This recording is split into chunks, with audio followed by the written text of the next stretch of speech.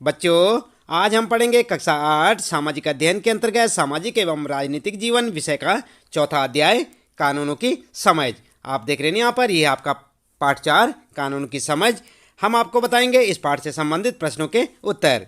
लेकिन याद रहे, एक बार पाठ को जरूर से जरूर पढ़ लें ताकि जो यहाँ पर आपको प्रश्नों के उत्तर बताए जाएंगे उन्हें आप अच्छे से समझ सकें। चलिए शुरू कर लेते हैं पाठ के प्रश्नोत्तर अभ्यास प्रश्नोत्तर में। सबसे पहले बच्चों आप ध्यान दें, यहाँ पर पाठ के अंतर्गत पूछे गए प्रश्न और उनके उत्तर, यानी कि जो पाठ के बीच बीच में कुछ प्रश्न पूछे होते हैं उनके उत्तर हम आपको यहाँ पर बता रहे हैं। पहला प्रश्न है, इस स्थिति को पढ़ें और उसके नीचे दिए गए प्रश्नों के उत्तर दें। एक सरकारी अधिकारी के बेटे को जिला अदालत ने 10 साल की सजा सुनाई है। इस वजह से वह सरकारी अधिकारी अपने बेटे को भाग निकलने में मदद करता है।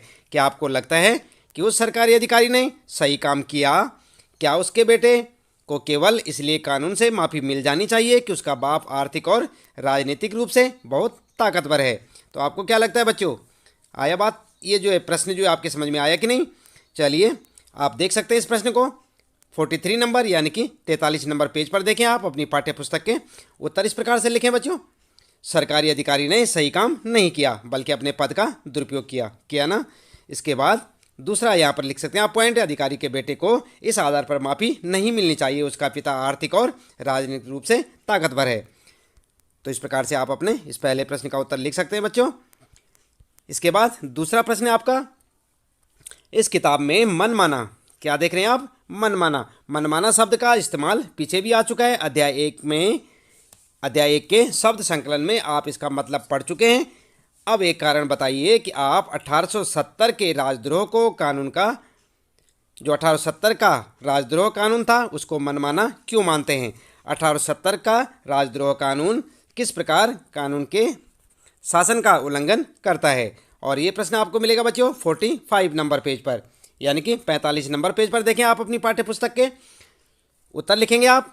सबसे पहले उत्तर लिखने के बाद राजद्रोह कानून 1870 लिखें आप, हेडिंग डाल के लिखें बच्चों। इस कानून के अनुसार अगर कोई भी भारतीय व्यक्ति ब्रिटिश सरकार का विरोध या आलोचना करता था उसे मुकदमा चलाए बिना गिरफ्तार किया जा सकता था।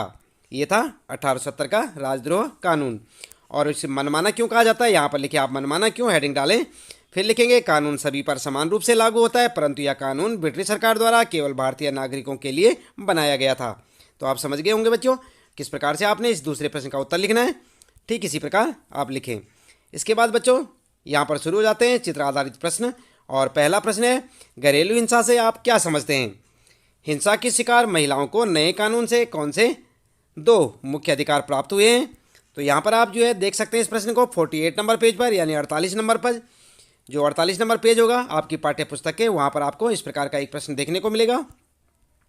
उत्तर में आप लिखेंगे, हेडिंग डालें घरेलू हिंसा, और इसके बाद लिखेंगे उत्तर में, जब परिवार का कोई पुरुष सदस्य, आमतौर पर कौन होता है परिवार में, मुख्य कौन होता है, पुरुष सदस्य यानी कि पति, घर की किसी औरत या आमतौर पर पत्नी की बात की जा रही है के साथ मारपीट करता है, उसे चोट पहुंचाता है, मारपीट अथवा चोट की धमकी देता है।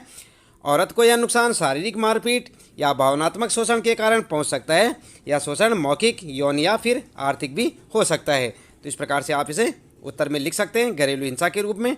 और दूसरा यहाँ पर लिखेंगे आप पॉइंट, नए कानून द्वारा महिलाओं को अधिकार, हेडिंग डाल के लिखेंगे नंबर 1, यह कानून एक साझे मकान में रहने के महिलाओं के अधिकार को मान्यता देता है। और दूसरा पॉइंट लिखें, किसी भी तरह की हिंसा के खिलाफ महिलाएं सुरक्षा का आदेश प्राप्त कर सकती हैं। इसके बाद तीसरा पॉइंट लिखेंगे, महिलाएं अपने इलाज और अन्य खर्चे के लिए आर्थिक सहायता प्राप्त कर सकती हैं। तो यहाँ पर ध्यान दें बच्चों, यहाँ पर सकती हैं लिखें, आदेश प्राप्त कर सकती हैं। इस प्रकार से आप इन 3 पॉइंटों में इस प्रश्न का उत्तर दे सकते हैं। देख लेना आप, ये है पहला प्रश्न और इसका जो है उत्तर आप चित्र आधारित प्रश्न है बच्चों ये। और इसका उत्तर इस प्रकार से लिखेंगे आप, पहले घरेलू हिंसा के बारे में लिखेंगे हेडिंग पे, उसके बाद नए कानूनों द्वारा महिलाओं को अधिकार लिखेंगे 3 पॉइंट में। इसके बाद अगला दूसरा प्रश्न शुरू होता है कि आप एक ऐसी प्रक्रिया बता सकते हैं जिसका इस्तेमाल इस कानून की ज़रूरत के बारे में लोगों को अवगत कराने के लिए किया गया है। और ये प्रश्न मिलेगा आपको 48, यानी कि आपकी पाठ्य पुस्तक में देखें आप 48 नंबर पेज पर देखें, इस प्रकार का एक प्रश्न आपको देखने को मिलेगा। उत्तर क्या लिखेंगे? उत्तर इस प्रकार से लिखेंगे आप, सबसे पहले हेडिंग डालेंगे लोगों को अवगत कराने के तरीके, और हेडिंग डाल के लिखेंगे नंबर 1 नंबर 2 करके, नंबर 1 में लिखेंगे जन सुनवाई के लिए कार्यक्रम आयोजित किए गए। दूसरा लिखेंगे कुछ संगठनों के साथ चर्चा की बैठकें आयोजित की गई। और तीसरा लिखेंगे संवाददाता सम्मेलन बुलाए गए। चौथा लिखेंगे कंप्यूटर पर एक ऑनलाइन याचिका शुरू की गई। तो इस प्रकार से आप अपना उत्तर लिख सकते हैं बच्चों दूसरे प्रश्न का। और यहाँ पर ये जो आप चित्र देख रहे हैं बच्चों, आपकी जो पाठ्य पुस्तक में इस प्रकार का आपको एक चित्र देखने को मिलेगा। आप जो है पाठ्य पुस्तक से इस चित्र की फोटो स्टेट कर सकते हैं और उसे यहाँ पर उत्तर के साथ में लगा सकते हैं। तो उसके बाद अगला प्रश्न देखते हैं। चलिए, तीसरा प्रश्न है यहाँ पर उपरोक्त चित्रकथा यानी कि पट को पढ़कर बताइए कि लोगों ने कौन से 2 तरीकों से संसद पर दबाव बनाया। और ये प्रश्न मिलेगा आपको 48 नंबर पेज पर देखने को। 48 नंबर पेज पर देखें, आपने ये चित्र देखा था, इसको जो है आप साथ साथ जो है अपनी आंसर शीट पर चिपका सकते हैं बच्चों। फोटो स्टेट करें आप। और इस चित्र को देखने के बाद यहाँ पर जो है प्रश्न पूछा गया है कि उपरोक्त चित्रकथा पट को पढ़कर बताइए कि लोगों ने कौन से 2 तरीकों से संसद पर दबाव बनाया। उत्तर में आप लिखेंगे, उत्तर लिखेंगे संसद पर दबाव बनाना और हेडिंग डालेंगे नंबर 1 वकीलों, कानूनों के विद्यार्थियों और समाज वैज्ञानिकों के संगठन लायर्स कलेक्टिव ने राष्ट्रव्यापी चर्चा के बाद घरेलू हिंसा विधेयक का मसौदा तैयार किया। दूसरा पॉइंट लिखेंगे महिला संगठनों और राष्ट्रीय महिला आयोग ने संसदीय स्थायी को अपने सुझाव सौंपे या सौंप दिए। ठीक है, तो इस प्रकार से आप अपना उत्तर लिख सकते हैं बच्चों। ये तीसरा प्रश्न है। बात करते हैं बच्चों, आगे प्रश्न आते हैं आपके पोस्टर अध्ययन से संबंधित प्रश्न है। पहला प्रश्न है बगल में दिए गए पोस्टर के बराबरी के रिश्ते हिंसा से मुक्त वाक्य खंड से आप क्या समझते हैं। और ये प्रश्न आपको देखने को मिलेगा 48 नंबर पेज पर। कहाँ पर मिलेगा? 48 यानी कि 48 नंबर पेज पर देखें आप। इस प्रकार का आपको एक प्रश्न मिलेगा और इसमें क्या पूछा है, बराबरी के रिश्ते हिंसा से मुक्त वाक्य खंड से आप क्या समझते हैं। तो क्या समझते हैं बच्चों। इसके बाद आगे यहाँ पर कहा है जिन औरतों के साथ हिंसा या दुराचार होता है उन्हें आमतौर पर पीड़ित माना जाता है। इन हालात से उबरने के लिए औरतें तरह तरह से संघर्ष करती हैं, इसलिए उन्हें पीड़ित की बजाय सर्वाइवर कहना ज़्यादा बेहतर है। इस अंग्रेजी शब्द का अर्थ है जो बचा रहे। क्या समझे। तो यहाँ पर जो आपने सब पढ़ा, इसके बाद आपने यहाँ पर जो चित्र देखा बच्चों, आप अपनी पाठ्य पुस्तक में देख सकते हैं। और उत्तर में क्या लिखेंगे आप, उत्तर इस प्रकार से लिखेंगे बराबरी के रिश्ते हिंसा से मुक्त का अर्थ। और हेडिंग डाल के लिखेंगे पॉइंट बनाकर नंबर 1 स्त्री और पुरुष दोनों को बराबर माना, स्त्री और पुरुष दोनों को बराबर माना, लिंग के आधार पर कोई भेदभाव नहीं करना। ठीक है। दूसरा लिखेंगे महिलाओं के साथ किसी प्रकार की मारपीट, यौन उत्पीड़न या आर्थिक और भावनात्मक पीड़ा ना पहुंचाना। ठीक है। इसके बाद यहाँ पर जो है बच्चों इस प्रश्न का उत्तर आप देख लिया, आपने देखा ये जो आपका प्रश्न है और इस प्रकार से आपको प्रश्न देखने को मिलेगा। उसका उत्तर आप यहाँ से ऐसे लिखें, बराबरी के रिश्ते हिंसा से मुक्त। देख रहे हैं ना आप, इस प्रकार से उत्तर आप पॉइंट में लिख सकते हैं। इसके बाद बच्चों यहाँ पर शुरू हो जाते हैं पाठ के अंत में पूछे गए प्रश्न। और पाठ के अंत में आप देख सकते हैं जहाँ पर पाठ आपका समाप्त हो जाता है उस पर कुछ प्रश्न पूछे हुए हैं। पहला प्रश्न है कानून का शासन पद से आप क्या समझते हैं, अपने शब्दों में लिखिए। अपना जवाब देते हुए कानून के उल्लंघन का कोई वास्तविक या काल्पनिक उदाहरण दीजिए। तो आपने वास्तविक या काल्पनिक उदाहरण देना है यहाँ पर। उत्तर में लिखेंगे आप सबसे पहले हेडिंग डालेंगे कानून का शासन। ठीक है। और पॉइंट बना के लिखें सभी कानून देश के सभी नागरिकों पर समान रूप से लागू होते हैं, कानून से ऊपर कोई नहीं होता। ये तो आप भी जानते हैं बच्चों। और दूसरा पॉइंट लिखें कानून जाति और धर्म के आधार पर लोगों के बीच कोई भेदभाव नहीं करता। तीसरा पॉइंट लिखें किसी भी अपराध या कानून के उल्लंघन की एक निश्चित सजा है। कानून उल्लंघन का उदाहरण यदि कोई व्यक्ति वाहन चलाते समय लाल बत्ती पार करता है तो यह यातायात के नियमों का उल्लंघन है। आई बात समझ में। तो इस प्रकार से आप जो है पहले प्रश्न का उत्तर यहाँ पर सबसे पहले हेडिंग डाल के लिखेंगे कानून का शासन और हेडिंग डाल के इन 3 पॉइंटों को लिखेंगे। और इसके बाद बच्चों दूसरा प्रश्न शुरू होता है यहाँ पर।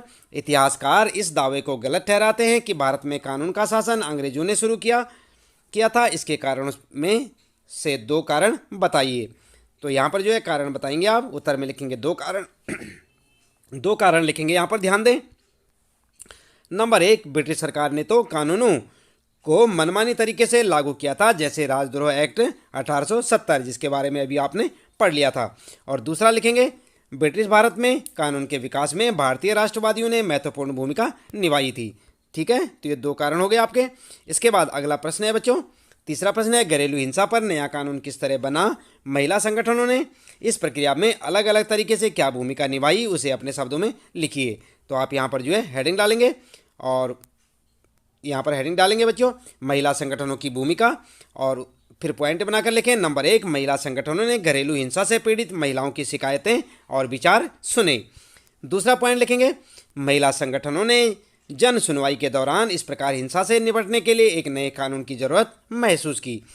अगला पॉइंट लिखेंगे तीसरा, महिला संगठनों ने विचार किया, यहाँ पर जो है विचार विमर्श के लिए अलग अलग संस्थानों के साथ बैठकें की। चौथा पॉइंट लिखेंगे, घरेलू हिंसा से निपटने के लिए 2002 में संसद में पेश विधेयक को महिला संगठनों ने नामंजूर कर दिया और संसदीय अस्थायी समिति को अपने सुझाव दिए। पांचवा पॉइंट लिखेंगे, 2005 में संसद के सामने नया कानून पेश किया गया, विधेयक पेश किया गया और संसद की मंजूरी के बाद 2006 में घरेलू हिंसा महिला सुरक्षा कानून लागू हुआ। तो यहाँ पर जो है इस प्रकार से आप अपना उत्तर लिख सकते हैं बच्चों। इसके बाद अगला प्रश्न शुरू होता है बच्चों, अपने शब्दों में लिखिए इस अध्याय में आए निम्नलिखित वाक्य। देख रहे हैं ना आप 44, 45 यानी कि 44 और 45 से आप क्या समझते हैं? अपनी बातों को मनवाने के लिए उन्होंने संघर्ष करना शुरू कर दिया। यह समानता का संघर्ष था। उनके लिए कानून का मतलब ऐसे नियम नहीं थे जिनका पालन करना उनकी मजबूरी हो। वे कानून को उससे अलग ऐसी व्यवस्था के रूप में देखना चाहते थे जो न्याय के विचार पर आधारित हों। तो देखा आपने, ये था आपका प्रश्न, काफ़ी लंबा चौड़ा है बच्चों। चलिए इसका उत्तर क्या लिखेंगे आप? उत्तर में लिखेंगे आप पॉइंट बना के लिखें, ब्रिटिश भारत में औपनिवेशिक सरकार ने बहुत से ऐसे कानून लागू किए जो भेदभाव पर आधारित थे। यह कानून का शासन नहीं था। दूसरा पॉइंट लिखेंगे, राष्ट्रवादियों ने अपनी बातों को मनवाने के लिए संघर्ष शुरू किया। यह संघर्ष समानता पर आधारित था क्योंकि वे ऐसा कानून चाहते थे जो भारतीयों और ब्रिटिश लोगों के लिए एक जैसा हो। तीसरा पॉइंट लिखेंगे बच्चों, राष्ट्रवादियों के लिए कानून का मतलब ऐसे नियम नहीं थे जिनका पालन करना मजबूरी हो। और चौथा पॉइंट होगा, राष्ट्रवादी तो ऐसा कानून चाहते थे जो न्याय के विचार पर आधारित हो। तो आई बात समझ में? इस प्रकार से आप अपने चौथे प्रश्न का उत्तर लिख सकते हैं बच्चों। इसके साथ ही यहाँ पर इस पाठ से संबंधित प्रश्नों के उत्तर समाप्त होते हैं। तो उम्मीद है कि आपको अच्छे से समझ आए होंगे। आप इन्हें जो अपनी नोटबुक में नोट करें और उन्हें अच्छे से याद करें ताकि आपको परीक्षा में किसी परेशानी का सामना न करना पड़े। इसके साथ ही साथ बच्चों, यदि अभी तक आपने चैनल को सब्सक्राइब नहीं किया, पहली बार चैनल में आए हैं, तो चैनल को लाइक, शेयर और सब्सक्राइब करना ना भूलें। बेल आइकन भी दबा दें ताकि आपको आने वाली प्रत्येक पाठ की वीडियो की नोटिफिकेशन मिलती रहे। और इसी प्रकार लगातार जानते रहे अपने सामाजिक अध्ययन विषय के सभी पाठों के प्रश्नों के उत्तर। साथ ही साथ कक्षा 8 हिंदी बसंत और हिंदी व्याकरण के प्रश्नोत्तर भी आप इस चैनल में जान सकते हैं बच्चों। तो लगातार देखते रहें वीडियो और जुड़े रहें हमारे साथ। इसी प्रकार आपका दिन शुभ हो। मिलते हैं फिर अगली वीडियो में।